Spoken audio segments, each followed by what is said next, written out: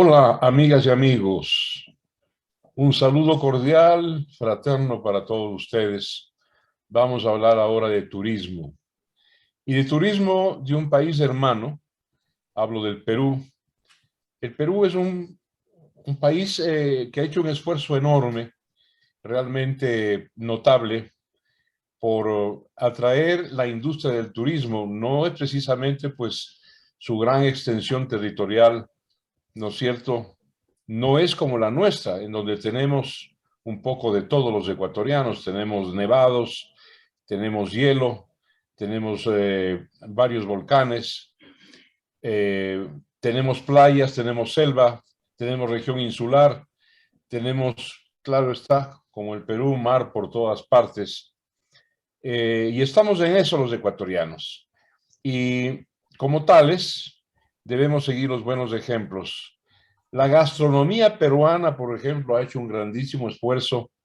Este momento tiene ya una celebridad y una fama mundial y eso es parte esencial del turismo.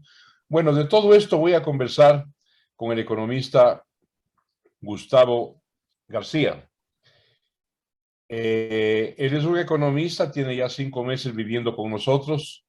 Es el titular de Perú, promociones turísticas para el Perú. Gustavo, bienvenido, es un gusto tenerlo aquí. Pues, ¿cómo ve usted? ¿Cómo se siente en el Ecuador? Muchas gracias, Marcelo, por la oportunidad de dirigirme a tu audiencia. En verdad, me siento muy cómodo en Ecuador. Como bien dices, tengo 5 meses aquí, pero he sido recibido con mucho cariño por las diferentes personas con las cuales he interactuado. Y bueno, lo interesante es que tenemos muchísimas cosas en común y creo que eso nos hermana aún más. Es así, Gustavo. Exactamente es así. Tras una historia traumática, ¿y qué país de América Latina no la ha tenido? Argentina con Chile, Colombia con Venezuela, Brasil con Paraguay, Paraguay con sus vecinos. Sí, eso es producto de cómo la monarquía española, la corona española, dividió sus territorios políticos acá, y cuando adquirimos la independencia, pues la herencia que nos quedó fue no tener claras fronteras. Pero bueno, felizmente, por ventura, eso estamos superando varios países y hoy sentimos al Perú como el Perú nos siente a nosotros de una manera muy fraterna y muy cooperativa sobre todo, ¿no? Entonces, yo le voy a preguntar a Gustavo que me compendie cuál es su actividad esencial aquí en el Ecuador para promover turismo hacia el Perú. Bueno, comenzaré con mi cargo. Yo soy el consejero económico comercial del Perú en Ecuador. Eh, Pertenezco a la Oficina Económico Comercial del Perú, soy el director de esa oficina y tenemos tres responsabilidades o tres pilares de trabajo, ¿no? La primera es la promoción de las exportaciones peruanas hacia el mercado ecuatoriano. La segunda es la promoción de inversiones ecuatorianas en el Perú. Y la tercera responsabilidad es la promoción del turismo en Ecuador. Como responsabilidad transversal tenemos el desarrollo y posicionamiento del país, de la marca Perú. Y bueno, como parte de mis responsabilidades en la promoción turística, yo quisiera presentarles este programa que tenemos, que se llama, esta campaña que se llama Despierta en Perú. Es una campaña que se realiza desde el 15 de noviembre hasta el 6 de diciembre y a través del website despiertaenperú.com, donde las personas interesadas en viajar hacia el Perú van a poder encontrar paquetes promocionales para podernos visitar en 5 destinos que hemos preparado para esta campaña. Estos destinos son Lima, Ica, Arequipa, Cusco y Puno. Son diversos departamentos del Perú donde tenemos una oferta gastronómica, una oferta cultural y también de aventura, que es bastante diversa, ¿no? Por ejemplo, en el caso de Ica podemos encontrar turismo en desiertos, visitar un oasis, de cosas que se ven en las películas, ¿no? En el caso del Cusco, visitar la ciudad imperial y poder ver esta gran ingeniería que los incas realizaron, tanto en Machu Picchu cuanto en otras construcciones incas que se pueden apreciar en la ciudad. Y todo esto tiene un común denominador que es la gastronomía, que es variada en cada una de las regiones, porque por ejemplo en el caso de Ica estamos hablando de costa y desierto, y en el caso de Cusco, Puno y Arequipa estamos hablando de nuestra serranía. Correcto, Gustavo. Cuando usted me menciona Ica, me dice estamos hablando de desierto, y claro, la pregunta que nos surge a los oyentes y a quien habla es ¿cómo convertir un desierto, que es siempre un ambiente hostil en cualquier parte del planeta, un ambiente hostil, ¿no es cierto?, en un atractivo turístico? Entonces, usted es un consejero comercial de la Embajada de Lima aquí en Quito, eso nos lo acaba de decir. ¿Cómo es que hacen para convertir eso, pues, en un vengan, visiten, nos gocen del desierto? Es una curiosidad que tengo y le pido que me la satisfaga. Sí, encantado, encantado, Marcelo. Bueno, lo que sucede es que en esta región de Ica nosotros tenemos diversos valles. Agua que llega a través de los Andes hacia esta región. Entonces, podemos ver como accidente geográfico, por ejemplo, un oasis que yo te mencionaba. Pero también esta región en los valles tiene producción agrícola. Y por ejemplo, uno de los lugares emblemáticos para la producción del pisco es Ica, ¿no? Los turistas que nos visiten en Ica van a poder apreciar en términos históricos culturas como la Paracas, la Nazca, estas líneas impresionantes en la mitad del desierto, ¿no? Y por otro lado, van a poder disfrutar de la ruta del pisco, donde pueden visitar diversas casas pisqueras y conocer acerca de la elaboración de este producto. Adicionalmente a esto, hay ofertas como para cenar en las dunas del desierto, en una carpa beduina. Eso es impresionante. Además de cabalgatas en el desierto, en el caballo peruano de paso, producto bandera también del Perú. Yo recuerdo un vals peruano, la música que ustedes tienen es una música hermosa. Eh, José Antonio, ¿no es cierto? Justamente habla del caballo de paso peruano. Y aquí se ha oído mucho, aquí gusta mucho la música de ustedes, el vals peruano. Y qué bueno, y hablando del desierto, donde claro hay cultivos vinícolas, la uva necesita ese tipo de ambientes semisecos para producirse como en el mejor en el mejor de los escenarios. Pero le pregunto algo que también es una curiosidad que tengo. Cuando he estado en Chile y he estado también en Perú, pues tanto los unos como los otros, los chilenos y ustedes, reclaman la propiedad, ¿no es cierto?, la titularidad del pisco, cada uno de los países. Entonces la pregunta que le hago a Gustavo, eso es anecdótica, ¿el pisco es peruano o es chileno? A ver, yo no voy a entrar en el debate, pero te voy a decir que estamos, Marcelo, hablando de dos productos diferentes. Te voy a dar algunos de los sustentos de la originalidad del pisco y su denominación en el Perú, ¿no? El primer factor es el etimológico. La palabra pisco es una palabra quechua, significa avecilla. Tenemos también otro argumento que es el geográfico. Tenemos un puerto de Pisco, tenemos el histórico, tenemos una cultura que se llamó Pisco, ¿no? Una cultura pre-inca, y adicionalmente a eso estamos hablando de dos productos completamente diferentes. Nosotros tenemos 8 uvas pisqueras, uvas producidas específicamente para hacer pisco. eh, estas uvas pasan por un proceso eh, por el cual primero los mostos, los jugos son fermentados, luego pasan por un alambique. Esto es una técnica ancestral y muy interesante. Es la misma técnica que usaban los árabes para producir los perfumes. Entonces tienes 8 uvas pisqueras con diferentes aromas.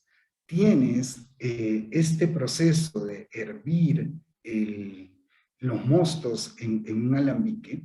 Luego se pasa al corte del producto. Se elimina la cabeza, que es donde está concentrado el alcohol metílico. Se usa el cuerpo y se desecha la cola, que es básicamente agua, ¿no? Esto pasa a un proceso de reposo y luego es embotellado y vendido. Entonces, tenemos que, por ejemplo, para darte una idea, para hacer una botella de vino se necesita entre 1,5 kilos a 2 kilos de uva. Para hacer una botella de pisco se necesita entre 8 a 12 kilos de uva. Y si tú quieres preparar un mosto verde, que es el producto premium que puedes conseguir del pisco, estamos hablando de 18 kilos de uva por botella de 750 mililitros. Ahora, nosotros no usamos agua en el proceso, ¿no? Como otros productos lo usan. No usamos barrica. No tenemos que ponerlo a que tome aromas extraños a la uva. Entonces, como verás, son dos productos diferentes, ¿no? El nuestro no pasa por barrica, no se mezcla con agua, estás tomando naturaleza pura, ¿no? Y bueno, ese sería mi argumento. Bueno, es uno de los productos que nos ofrece el Perú, claro está. Por experiencia latinoamericana, mundial, europea, la gente quiere ir. Perú, sí, fue un virreinato, fue una ciudad regia, Lima, pero queremos ir caramba, queremos ir a Machu Picchu, ¿no? Háblanos un poquito, aunque es un lugar común para todos los habitantes del planeta, pero cuéntanos un poquito, refréscanos la memoria sobre Machu Picchu, porque ese es un emblema cultural, arqueológico, paleontológico, es de todo, y es una de las grandes joyas de la humanidad. Efectivamente, Marcelo, bueno, Machu Picchu es una de las maravillas del mundo, ¿no? Y es una de las maravillas por la construcción y la ingeniería que utilizaron los incas para levantar esta ciudad, ¿no? En verdad es un lugar no solamente impresionante desde el punto de vista arqueológico, yo diría es hasta místico. Yo he tenido la oportunidad de llevar amigos a Machu Picchu y cuando ven la ciudad desde la cima de la montaña, se me ponían a llorar. Y yo decía, oye, yo te he traído para que pases un buen momento. Y me dicen, yo siento algo, ¿no? Es un lugar con un atractivo místico, con una ingeniería sorprendente. Y yo creo que para el visitante es una experiencia casi religiosa, diría yo, ¿no? Es muy bonito. Es una experiencia entre cultural, histórica, arqueológica, arquitectónica, pero también es mística y espiritual. La gente que va a Machu Picchu, de alguna manera, siente golpeado su espíritu, su alma, por algo indescifrable que no precisamente es lo que llamamos terrenal, ¿no? Sí, sí, yo creo que es un lugar fantástico, ¿no? Y además de eso, tienes la oportunidad de estar en la ciudad de Cusco, que fue el centro del imperio incaico, ¿no? Y la construcciones que vas a poder apreciar ahí, adicionalmente a eso, no solo incaica, sino también colonial, porque igual que en Quito, muchas de la ciudad colonial fue edificada sobre las bases de ciudades. Ahora bien, Gustavo, quiero que nos lleves, porque te voy a hacer un par de preguntas después. Estamos en los medios de emprendimientos turísticos y tengo entendido, pero esa es la pregunta que viene después. Lo que te quiero es que nos invites a Lima, a la ciudad señorial. He estado varias veces yo en la país, es una ciudad hermosa, es una ciudad, como acabo de decir, regia, ¿no? Era una urbe virreinal al fin y al cabo. Y háblanos un poquito de Lima y de algo que me ha llamado la atención, porque claro, no tienes en Lima, no tengo yo en Lima el cielo azul celeste que tengo en el Ecuador o aquí en Quito. Las veces que he estado, siempre he visto nublado y ustedes mismos la han llamado a Lima panza de burro. Sí, tú debes saber eso, ¿no? Efectivamente, efectivamente, por su posición geográfica, cerca al mar, por la evaporación de las aguas, ¿no? Es una ciudad que cuenta con una neblina moderada. Eh, yo he podido ver la González Suárez de noche y es terrible, ¿no? Pero en el caso de Lima, bueno, tenemos un clima muy templado, eh, no llueve, ¿no? Por ejemplo, es el paraíso para la gente que juega golf. Las canchas se mantienen muy bien porque no llueve y pueden jugarlo durante todo el año, ¿no? Es una ciudad señorial, como bien dices, Marcelo, fue el centro de la colonia para América, ¿no?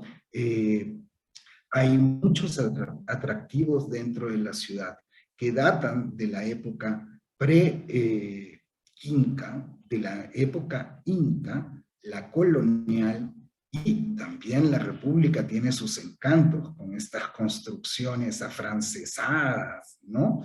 Y arquitectónicamente es una delicia de ciudad. Y adicionalmente la proximidad al mar te ofrece una variedad en la cocina impresionante, ¿no? Y nosotros tenemos y hemos trabajado y desarrollado nuestra cocina regional. En el caso de Lima, estás muy cerca al Callao, por ejemplo. Tenemos una ruta gastronómica en el Callao impresionante, desarrollada por el chef Andrés Ugaz, donde ha podido unificar los criterios de los chefs para poder presentar una variedad de productos exquisitos, y han trabajado mucho en la presentación de estos productos y el desarrollo comunal dentro de la ciudad, ¿no? Ya el vecindario donde el restaurante está ubicado promueve la visita de gente de fuera, además promueve negocios colaterales a los restaurantes, y creo que eso es uno de los grandes aportes que tiene nuestro desarrollo gastronómico. También lo he apreciado en Ecuador. En Cuenca, por ejemplo, he podido conocer chefs que están poniendo en valor la cocina regional.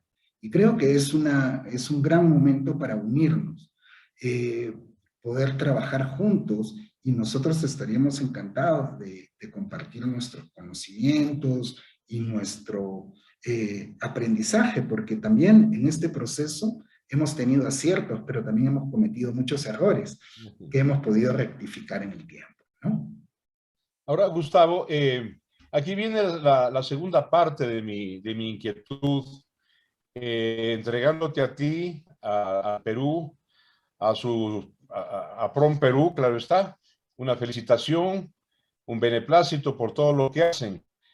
¿De qué manera podemos los ecuatorianos actualmente beneficiarnos de esto? Porque claro, el turismo, la relación entre Perú y Ecuador debe ser una relación recíproca creciente, siempre en aumento.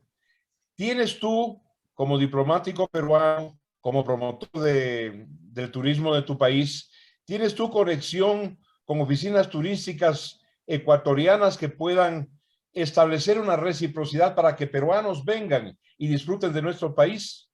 Efectivamente, trabajo mucho con el Ministerio de Turismo, por ejemplo, y con ProEcuador.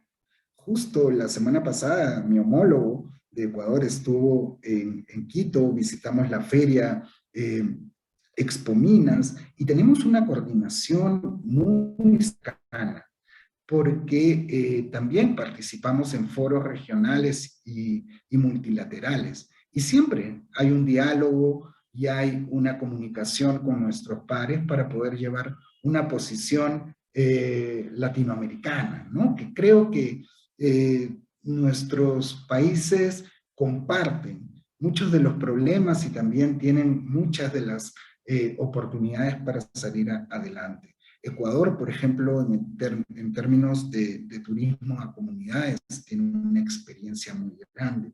Y nosotros queremos aprender de ustedes, ¿no? En el caso de la gastronomía, estamos siempre dispuestos a trabajar para poder apoyar y compartir lo que hemos desarrollado, ¿no? Como te digo, con aciertos y con problemas también, pero que yo creo que existe un flujo de comunicación muy grande. Yo vengo de haber servido en Panamá, por ejemplo, nos llevábamos grupos de chicos a las escuelas de gastronomía en Perú, ¿no? Y aquí hay grandes escuelas de gastronomía y nosotros estamos trabajando proyectos, sobre todo en frontera, para poder vincular a las universidades y a los centros de estudio de gastronomía de los dos lados, porque creo que debe fluir ese conocimiento. Correcto, Gustavo. Mira, históricamente la relación de de la zona austral del Ecuador estuvo rica, intensamente vinculada con el Perú. Guayaquil, la provincia del Guayas, el Oro, todo nuestro austro, el Azuay, Loja, Cañar, tenían unas relaciones de ida y vuelta, y me atrevo a decir que bastante intensas con Perú. Y lo que te quiero preguntar es, nosotros tenemos, por ejemplo, un desarrollo muy especial en la provincia de El Oro, varias ciudades con Saruma, Machala, en fin, ciudades que han prosperado muchísimo. Cuéntame un poquito, hablando del turismo fronterizo, ¿qué encuentra el ecuatoriano para decirte algo en Tumbes, Lambayeque y todas las regiones, ¿no es cierto?, que colindan con el sur del Ecuador? Sí, bueno, te comento, Marcelo, yo tengo una canción favorita en Ecuador, que es el himno de Loja, ¿no? Suena una guitarra en Macará, paso de mi patria hacia el Perú, ¿no? Y cuando escucho esa canción del folclore ecuatoriano y mencionan al Perú, yo me siento muy honrado.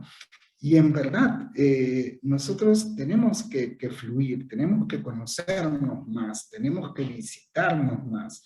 El turismo debe fluir en dos vías, ¿no? Y, por ejemplo, en la zona norte del Perú, que tú me dices Lambayeque, ¿no? Por ejemplo, en Lambayeque tenemos una gran cultura que se desarrolló, que fue la cultura de Zipán. Esta cultura eh,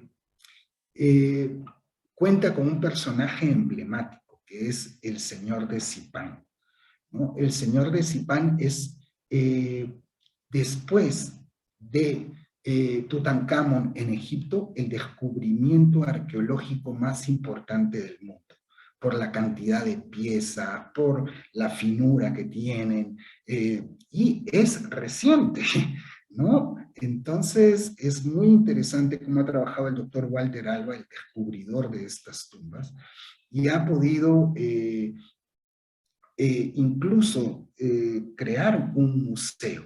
Si nos visitaran en el norte del Perú, nosotros siempre decimos que si en el Perú se come bien, en Chiclayo se come mejor, ¿no?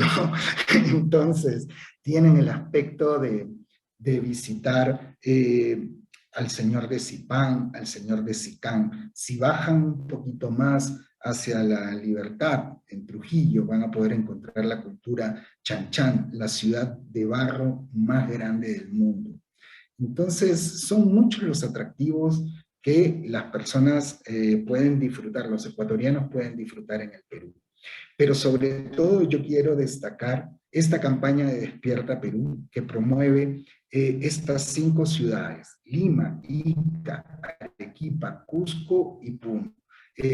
Los precios de estos paquetes promocionales a través del website www.despiertaenperú.com es una gran oportunidad para encontrar paquetes turísticos muy accesibles, de varios tipos, por 3 días, por una semana, 2 semanas. Nosotros queremos que nos visiten y que permanezcan la mayor cantidad del tiempo posible para que puedan conocer los diversos atractivos del Perú. Bienvenido tú siempre, economista Gustavo García. Aquí tienes 5 meses con nosotros. Quiero comprometerte para hablar de algo anecdótico una próxima vez, que espero que sea pronto. Que me ha chalado siempre, me ha llamado la atención. Te dejo planteado el tema. Sí, cómo no. El Palacio de la Chori Perry. Ah, ya. No digas nada Eso. ahora todavía, dejamos a nuestra audiencia pendiente, ¿no? Se trata de un virrey famoso. Entonces, Gustavo, te mando un estrechón de manos y que el turismo ecuatoriano, peruano, ecuatoriano sea siempre recíproco y creciente. Un abrazo para ti. Muchísimas gracias, Marcelo, y un gran saludo a tu audiencia. Gracias.